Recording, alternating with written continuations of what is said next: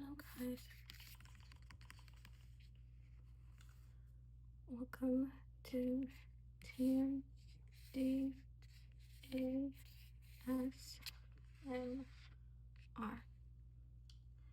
Now, before I get into it, I wanted to start reading more. So that's what I'm gonna do. And I said, well, I don't have any content ideas right now.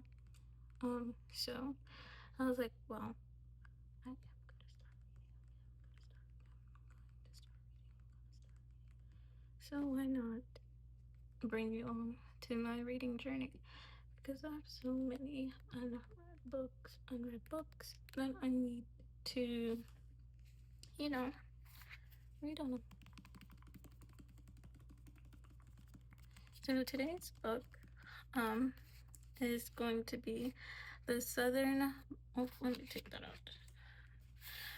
The Southern Book Club's Guide to Slaying Vampires, by a novel by Grady Hendrix. And it's such a pretty cover. It has like the peaches, the little bites on them. It's so cute. I got this book. Don't remember the website. But once I do, I will put it in the comments.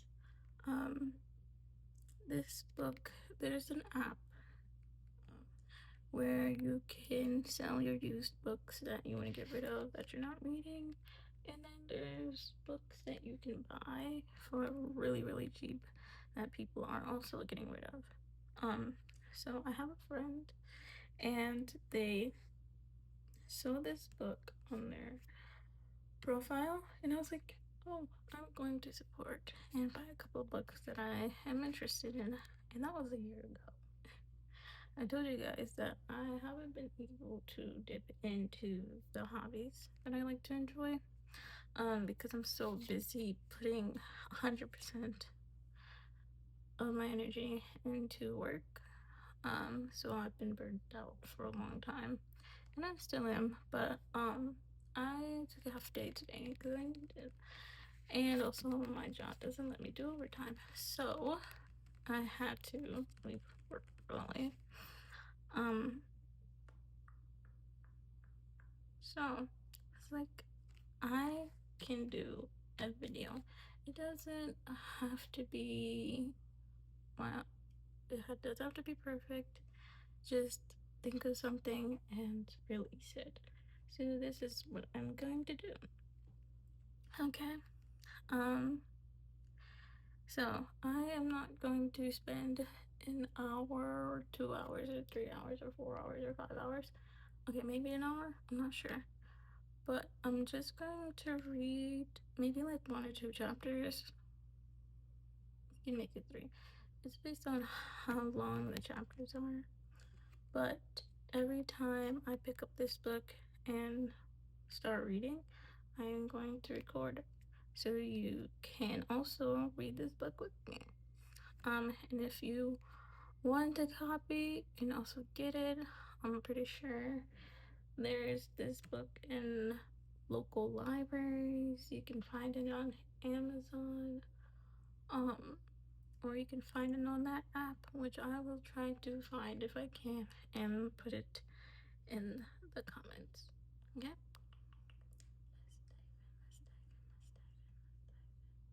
I feel like I should give you guys like a apology. So I'm so sorry that I haven't been releasing any videos or anything lately. I'm just out of it. Like, I'm just so exhausted. But yeah, let's get into it. The Southern Book Club Guide to Slaying Vampires.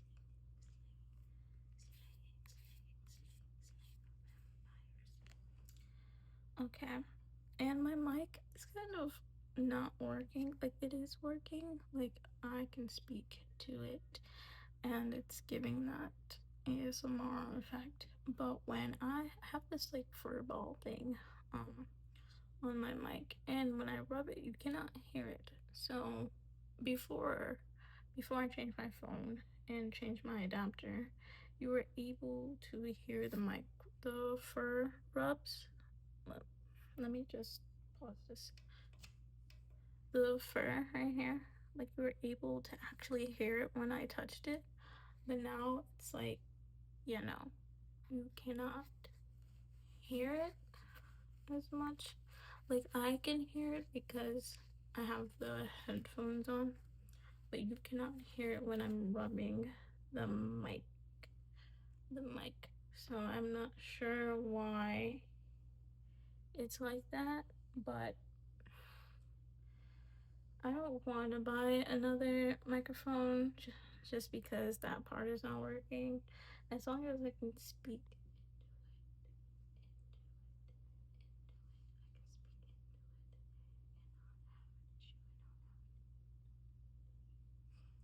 And I like to put this fur ball on there because when I get close and talk, you can hear that.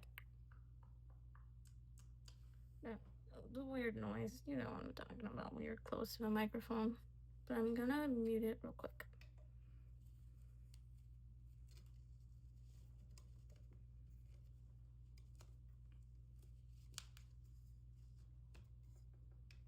Okay. And it's not like that. It kind of like has like a barrier, so it won't sound like that.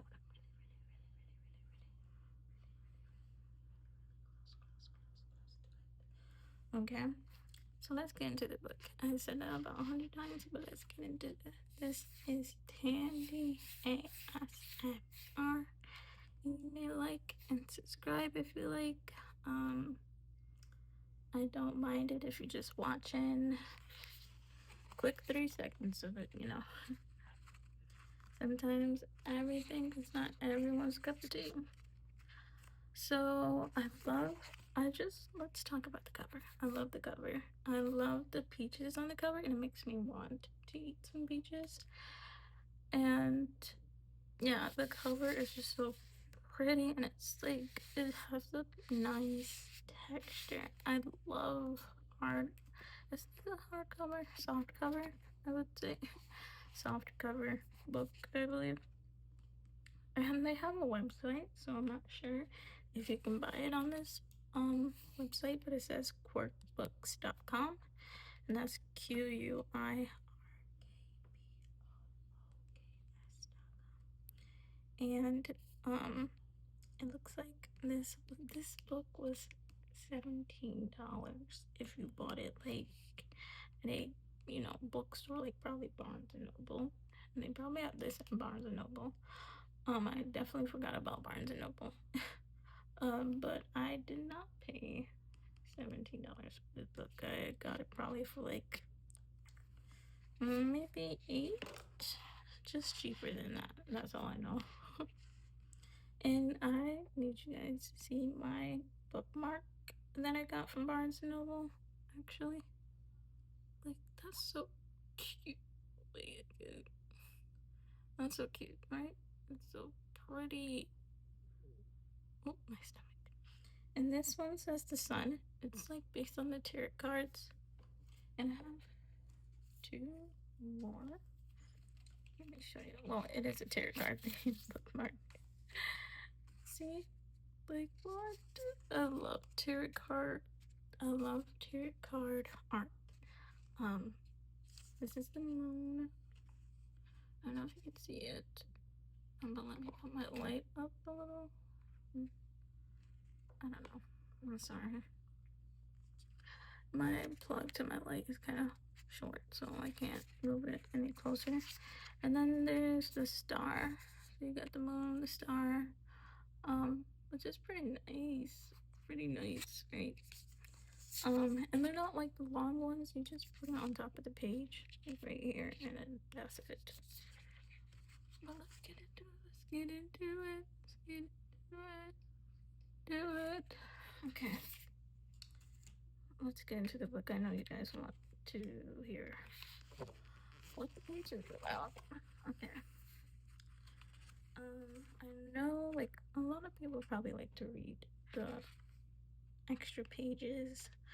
Um, and I'm just gonna skip this right now. Right now, since I'm doing a video. If I were just reading on my own, I probably would, you know, read it. Um, there's some more books by Grady Hendrix, and the first one is it's the little things. So I forgot how to say like this is why I need to read because I need to learn more words in my vocabulary. Like we cannot let certain robotic things take over, and we cannot lose our reading and comprehension and learning skills. So start with a book, you know. Anyways, um, the book is called Horror Store. Horror Store. I don't know if that's how you say it. Oh my god, it's embarrassing. And the other book is called My Best Friend's Exorcism. And the next one is Paperbacks from Hell. And the last one is Soul. And if you want to get into the Halloween spirit, get into these books by Grady. Okay? And look at this page, it's so cute. It's like the little coffins with the flowers. Like it's so nice. Like it's such a good presenting book. Like when you look at this book at a bookstore or a library, you're like, oh, this is really pretty. Let me get into it. I had to get into it. Okay, and this is the Southern Books Club Guide to Slaying Vampires. And this is for Amanda, wherever all the pieces of you are. And then we have the author's note, so if you ever want to get the book, you can read that. And then there's the prologue. Do I want to get into the prologue? I can get into the prologue. Come on, let's get into it. Okay, so I'm gonna start lowering my voice so it won't be so harsh in your ears. Okay. Prologue. The story ends in blood. Every story begins in blood. A squalling baby yanked from the womb, bathed in mucus and half a quart of their mother's blood. But not many stories end in blood these days.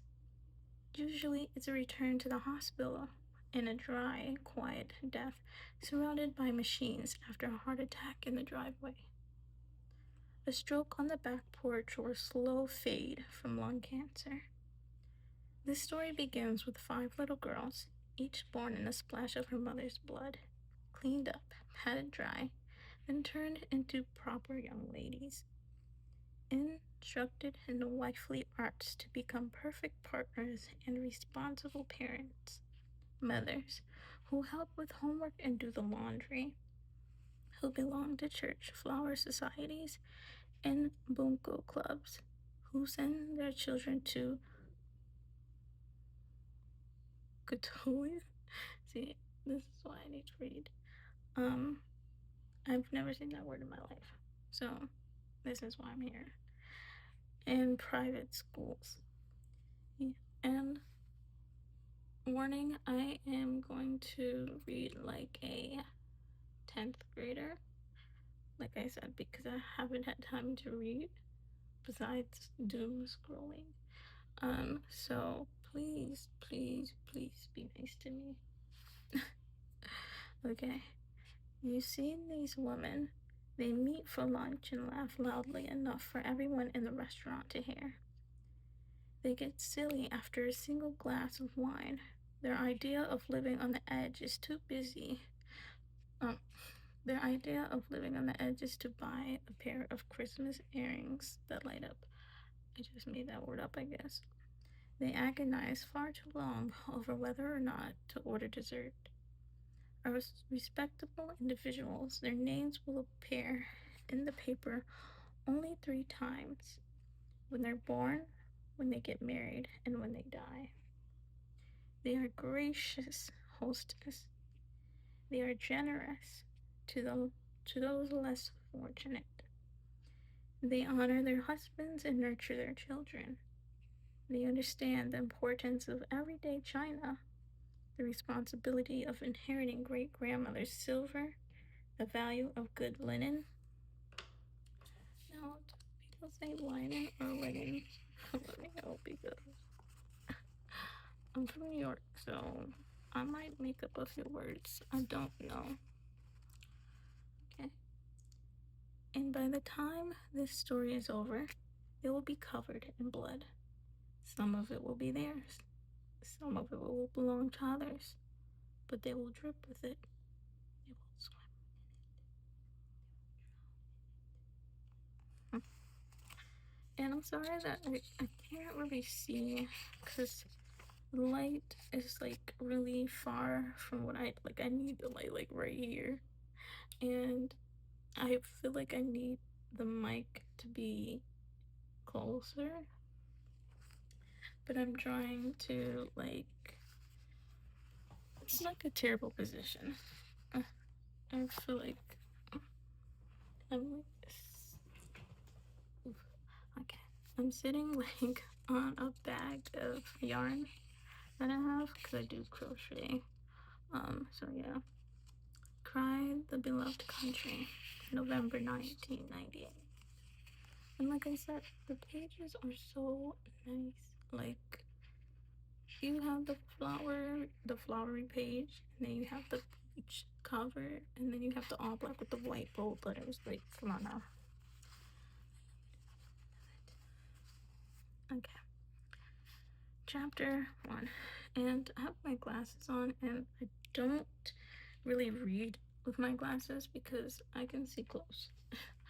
But I'm like attached to my glasses, and that's why my vision probably might be getting worse. I don't know. But let's start. Okay. And I'm sorry for all the background noise. In 1988, George H.W. Bush had just won the presidential elections by inviting everyone to read his lips. Well, Michael Dukakis lost it by riding in a tank. Dr. Huxtable was America's dad. Katie and Allie, let me get my thing. Katie and Allie were America's moms. The Golden Girls were America's grandmoms. McDonald's announced it was opening its first restaurant in the Soviet Union. Everyone bought Stephen Hawking's A Brief History of Time and didn't read it. Phantom of the Opera opened on Broadway, and Patricia Campbell got ready to die.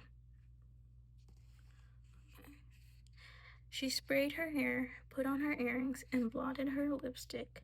But when she looked at herself in the mirror, she didn't see a housewife of 39 with 2 children and a bright future. She saw a dead person. Unless war broke out, the oceans rose, or the earth fell into the sun. Tonight was the monthly meeting of the literary guild of Mount Pleasant, and she hadn't read this month book,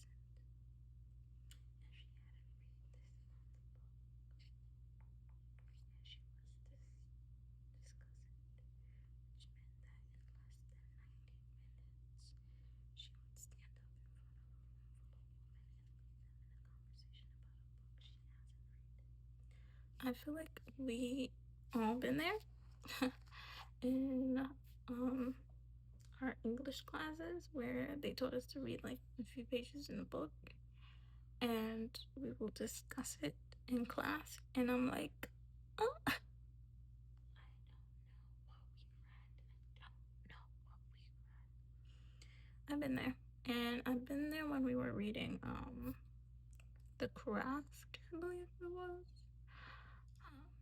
I did enjoy that book eventually, but at first I skipped on reading some of the pages and really had to get the soap notes regarding the chapters. She had meant to read Cry, the Beloved Country, honestly, but every time she picked up her copy and read, there is a lovely road that runs from Aexopo into the hills. Corey rode her bike off the end of the dock because she thought if she pedaled fast enough, she could skim across the water, where she set her brother's hair on fire trying to see how close she could get a match before it caught, where she spent an entire weekend telling everyone who called that her mother couldn't come to the phone because she was dead. Okay, now I gotta move this because I can't really see. Oh, yeah, my glasses back on. Oof. I'm like really, really, really, really impaired when it comes to my eyes. Patricia only learned about when people started showing up at the front door with condolence casseroles. I never had a condolence casserole, but every time you see on a show, they'll give you a casserole for any situation. Before Patricia could discover why the road that runs from I don't know how to say that word, I'm sorry, Aexopo was so lovely, she'd see Blue run past the sun porch windows, buck naked, or else she'd realize the house was so quiet because she'd left him at the downtown library and had to jump in the Volvo and fly back over the bridge, praying that he hadn't been kidnapped by Moonies or because he decided to see how many raisins he could fit up his nose. It would have been funny if it was 6, 7. She never even learned where Aexopo was exactly because her mother-in-law, Miss Mary, moved in with them for a few. Oh, I thought I was gonna say it. For a 6-week visit, and the garage room had to have clean towels, and the sheets on the guest bed had to be changed every day. And Miss Mary had trouble getting out of the tub, so they had one of those bars installed, and she had to find somebody to do that. And the children had laundry that needed to be done, and Carter had to have his shirt ironed, and Corey wanted new soccer cleats because everyone else had them, but they really couldn't afford them right now. And Blue was only eating white food, so she had to make rice every night for supper. And the road to Aexopo ran onto the hills without her. Okay. Joining the Literary Guild of Mount Pleasant had seemed like a good idea at the time. Patricia realized she needed to get out of the house and meet new people.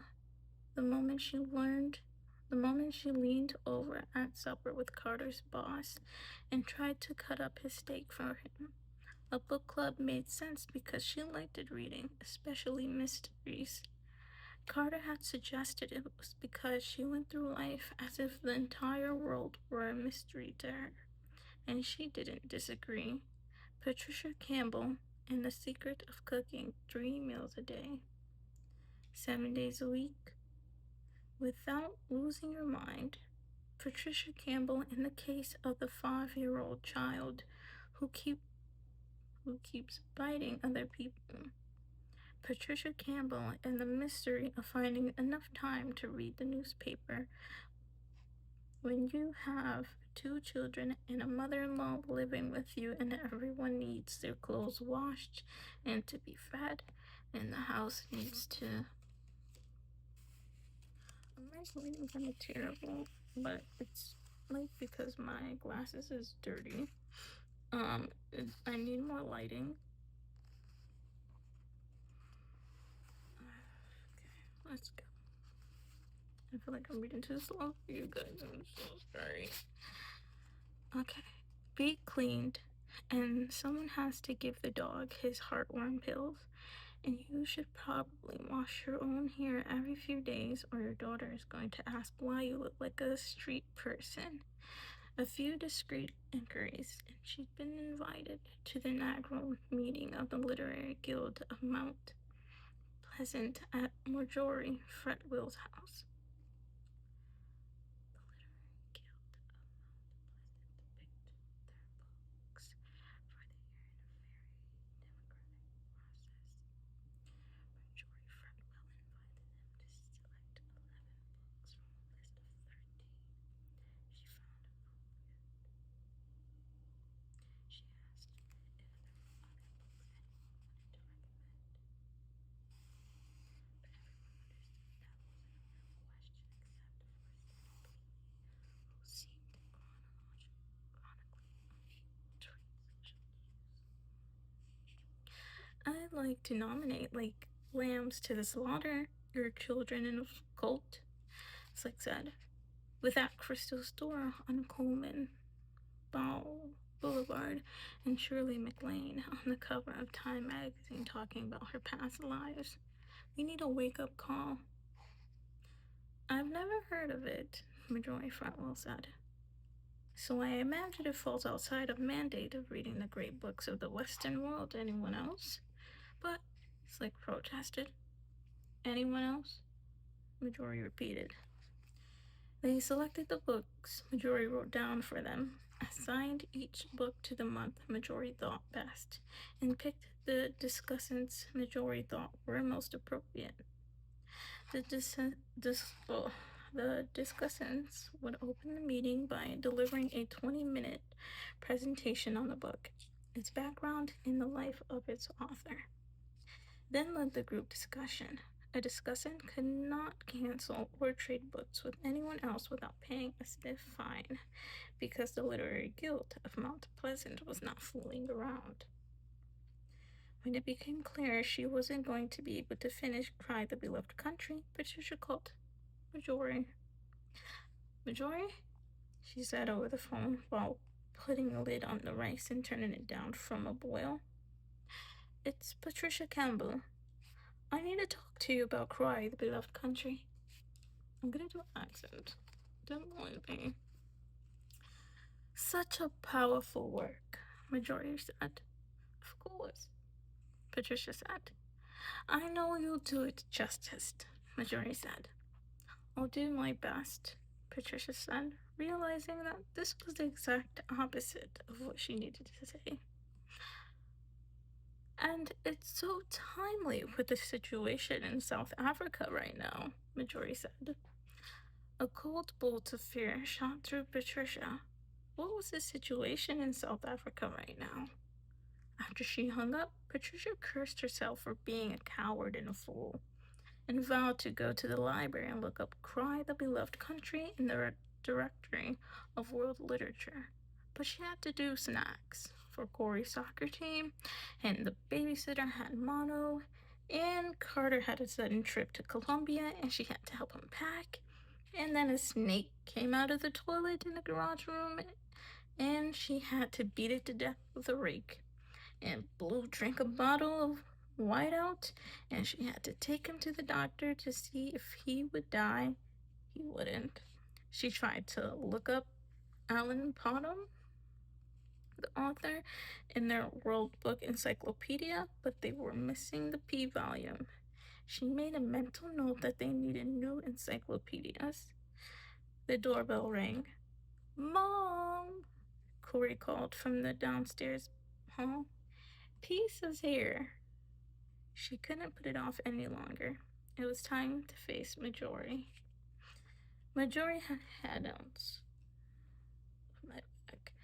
Marjorie had handouts. These are just a few articles about current events in South Africa, including the recent unpleasantness in Park, she said. But I think Patricia will sum things up nicely for us in her discussion of Mount Alan Patton's Cry the Beloved Country. Everyone turned to stare at Patricia sitting on Marjorie's enormous pink and white sofa, not being familiar with the design of Marjorie's home.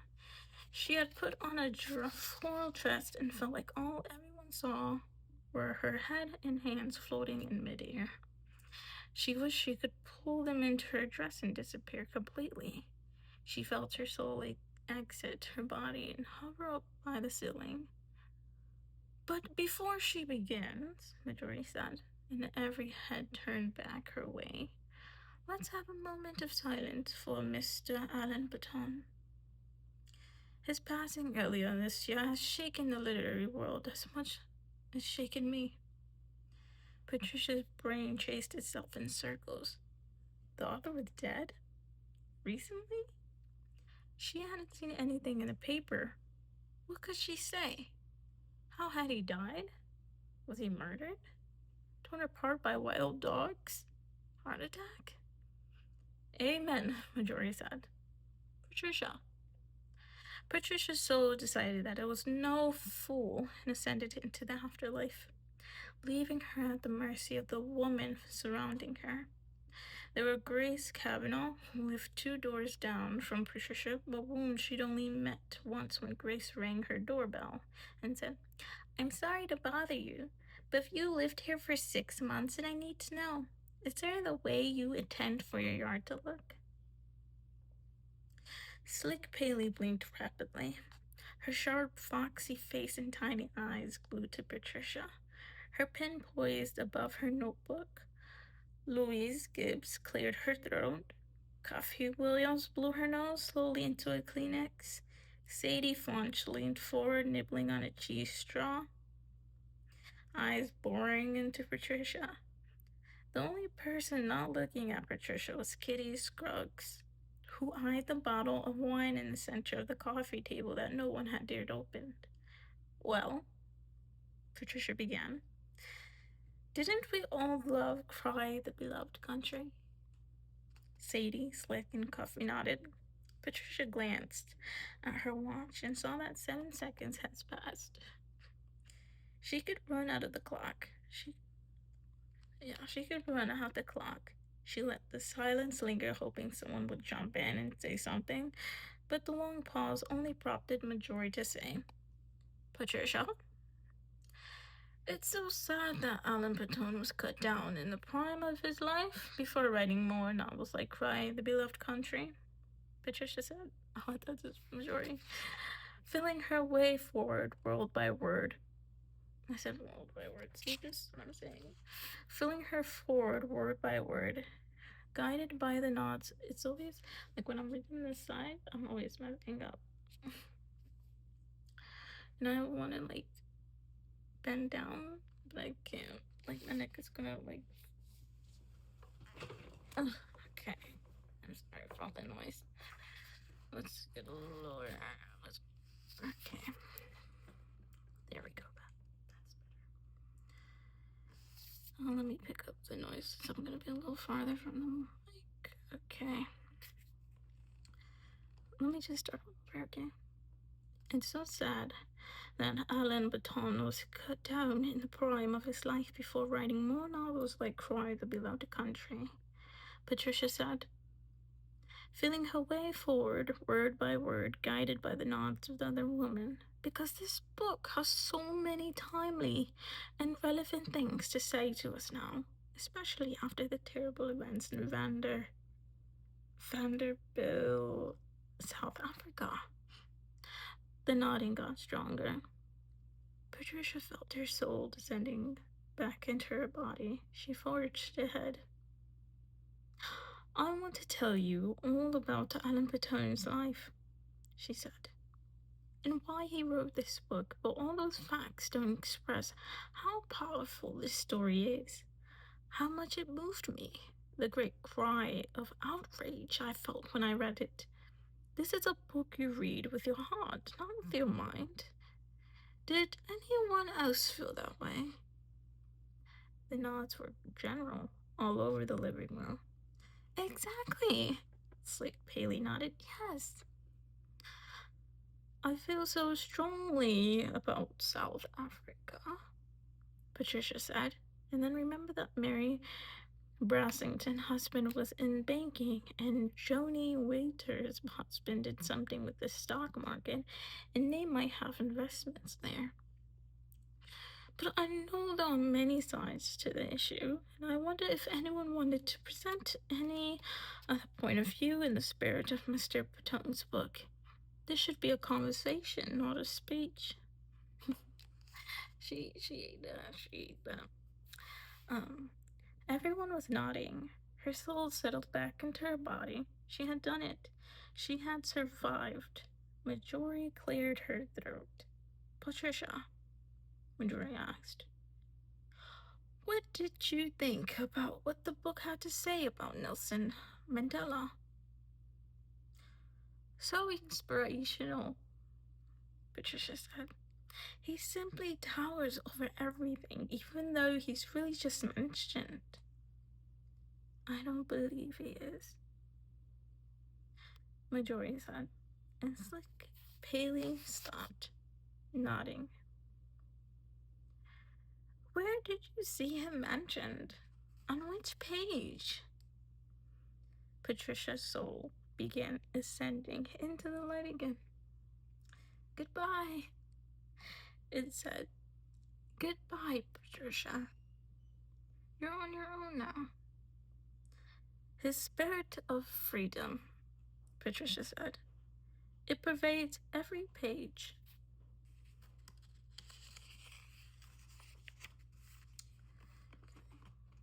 I think I'm just going to read one chapter. When this book was written, Majori said, Nelson Mandela was still a law student and a minor member of the ANC. I'm not sure how his spirit could be anywhere in this book, let alone pervading every page. Majori drilled into Patricia's face with her ice-pick eyes. Well, Patricia croaked because she was dead now, and apparently death felt very, very dry. What he was going to do, you could feel it building, and here, in this book that we read. Patricia, Majori said, you didn't read the book, did ya? Time stopped. No one moved. Patricia wanted to lie, but a lifetime of breeding had made her a lady. Okay. Okay. What? Some of it, Patricia said. Majori let out a soul-deep sigh that seemed to go on forever. And where did you stop? She asked. The first page. That's so funny. That's so funny. Oh my goodness. Because, like, I've been there. Patricia said, then began to babble. I'm sorry. I know I've let you down. But the babysitter had mono, and Carter's mother is staying with us, and a snake came out of the commode, and everything's just been so hard this month. I really don't know what to say except I'm so sorry. Black crept turning around the edges of her vision. A high-pitched tone shrilled in her right ear. Well, Majori said, you're the one who lost out by robbing yourself of what is possibly one of the finest works of world literature. And you robbed all of us your unique point of view, but what's done is done. Who else would be willing to lead the discussion? Sadie Fonch retracted into her Laura Ashley dress like a turtle. Nancy Fox started shaking her head before Majori even reached the end of her sentence. And Coffee Williams froze like a prey animal confronted by a predator. Did anyone actually read this month's book? Majori asked. Silence. I cannot believe this, Majori said.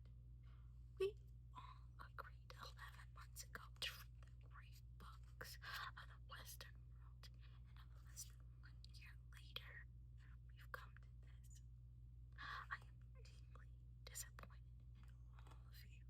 I thought we wanted to better ourselves, expose ourselves to thoughts and ideas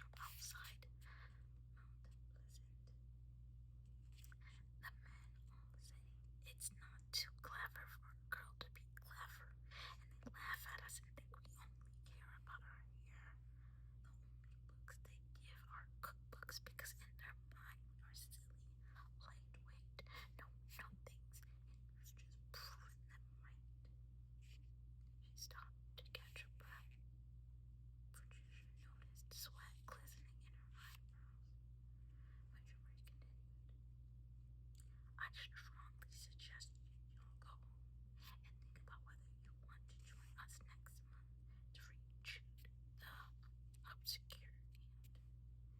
Grace Kavanaugh stood hitching her purse over one shoulder. Grace, Majoria asked, are you not staying? I just remembered an appointment, Grace said. It entirely slipped my mind. Well, Majoria said, her momentum undermined. Don't let me keep you. I wouldn't dream of it, Grace said. And with that, the tall, elegant, prematurely gray Grace floated out of the room, robbed of its felicity. The meeting dissolved. Majoria retreated to the kitchen, followed by a concerned Savant. A dispirited of clump of women lingered around the dessert table making chit-chat. Patricia lurked in her chair until no one seemed to be watching, then darted out of the house. As she cut across Majori's front yard, she heard a noise that sounded like hey. She stopped and looked for the source. Hey, Kitty, Skuggs repeated. Kitty lurked behind the line of parked cars in Majori's driveway, a cloud of blue smoke hovering over her head, a long, thin cigarette. I don't know if you guys like when I read it like that or just regular like this, but oh, we're almost done, and we're like almost an hour in this video, so I think I'm probably going to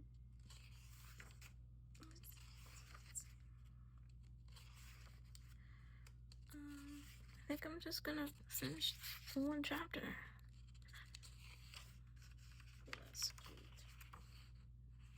Yeah, I think I'm just gonna finish this one chapter, and then the next video, well, not the next video, I might do something else, or maybe the next video will be chapter 2. Okay. Between her fingers, next to her, stood Marilyn. Marilyn. Something or other, also smoking. Kitty waved Patricia over with one hand.